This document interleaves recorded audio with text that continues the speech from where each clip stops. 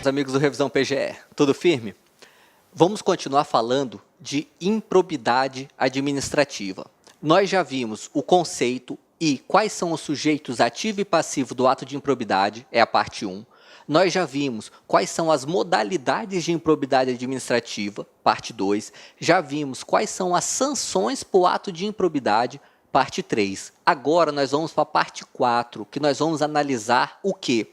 Qual é o procedimento administrativo envolvendo improbidade e indisponibilidade de bens. Como é que se decreta e como é que funciona essa indisponibilidade? Então, vamos lá. Começar falando da declaração de bens. Que declaração é essa? Olha só.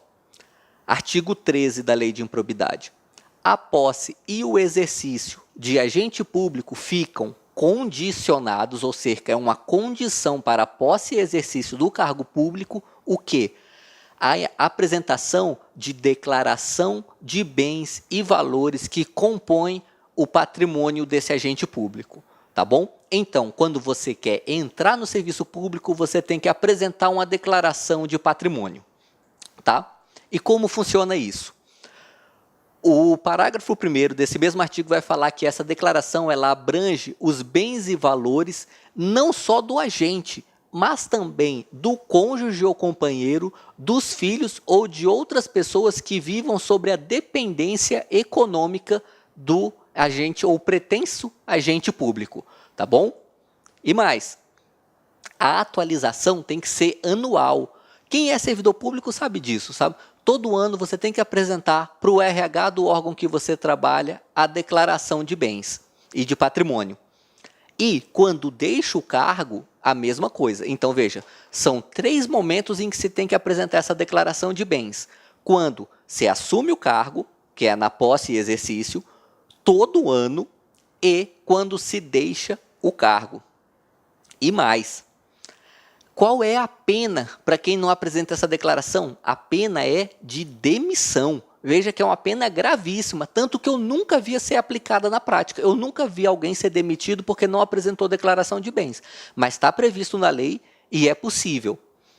E pode ser entregue a declaração de bens do imposto de renda, que na prática é o que quase todo mundo faz porque é muito mais fácil. Você já tem que fazer sua declaração anual de imposto de renda. Lá na declaração de imposto de renda tem um campo que você põe bens e direitos. Você simplesmente imprime essa parte, entrega no RH do seu serviço e está tudo certo, beleza? Então, a declaração de bens é só isso. É um procedimentozinho bem simples que foi determinado pela Lei de Improbidade. Vamos falar agora do procedimento administrativo que envolve improbidade propriamente dito. Vamos lá. Primeiro ponto, qualquer pessoa pode representar a autoridade administrativa para instaurar a investigação. Então, olha só, qualquer pessoa, nacional ou estrangeiro, cidadão ou não cidadão, ele pode apresentar uma representação informando a prática de um ato de improbidade. Essa representação ela é apresentada para quem? Via de regra, é para a corregedoria do órgão ao qual o agente público está vinculado. Então, por exemplo, se você já for ou vier a ser advogado público, a sua procuradoria muito provavelmente vai ter uma corregedoria e é essa corregedoria quem recebe essas representações, tá bom? E mais, a representação ela será escrita, assinada e com qualificação do representante. Veja bem, em regra o representante ele não pode se esconder não. Ele tem que falar, olha, eu vi um ato de improbidade e eu sou o João da Silva, CPF e tal, e estou afirmando isso. Ele tem que dar a cara a tapa. Mas a gente vai ver daqui a pouco que tem jurisprudência legal sobre esse assunto. Aguarda aí. Por enquanto, fica com isso. A lei fala que a representação tem que ser escrita, assinada e com qualificação do representante. E a representação sem os requisitos acima vai ser rejeitada. Então, pela letra da lei, se entende que uma representação anônima teria que ser rejeitada, mas a gente vai ver um julgado daqui a pouco. E a comissão processante dará conhecimento ao Ministério Público e ao Tribunal de Contas. Dará conhecimento das conclusões que chegou? Não. A comissão processante ela já dá conhecimento ao MP e ao Tribunal de Contas quando recebe a representação e instaura o procedimento. Não é do fim do procedimento que apura a improbidade, não, viu? É do início desse procedimento. Para quê? Se o Ministério Público e o Tribunal de Contas quiserem, eles podem, inclusive, designar um servidor desses órgãos para acompanhar esse procedimento que está apurando a improbidade. E olha só aqui a jurisprudência que eu falei. Então, está vedada a representação anônima? Para o STJ, não. Olha o que o STJ entende. É admitida a instauração de procedimento administrativo destinado a investigar a prática de ato de improbidade, até mesmo em caso de denúncia anônima, quando esta for verossímil. Então, olha só, a lei de improbidade dá a entender que não é possível a denúncia anônima. O STJ entende que, se essa denúncia ela for verossímil, é possível sim instaurar o procedimento, mesmo sendo anônima. Tá bom? Seguindo, uma outra pergunta muito importante nesse assunto. A comissão que está investigando o ato, pode requerer a indisponibilidade ou o sequestro dos bens dos investigados? Olha só. O artigo 7º fala que, quando o ato de improbidade causar lesão ao patrimônio público ou ensejar enriquecimento ilícito, caberá à autoridade administrativa responsável pelo inquérito representar ao Ministério Público. Para quê? Para a indisponibilidade dos bens do indiciado. Então, olha só, a comissão processante pode declarar indisponibilidade? Não pode. O que ela pode fazer?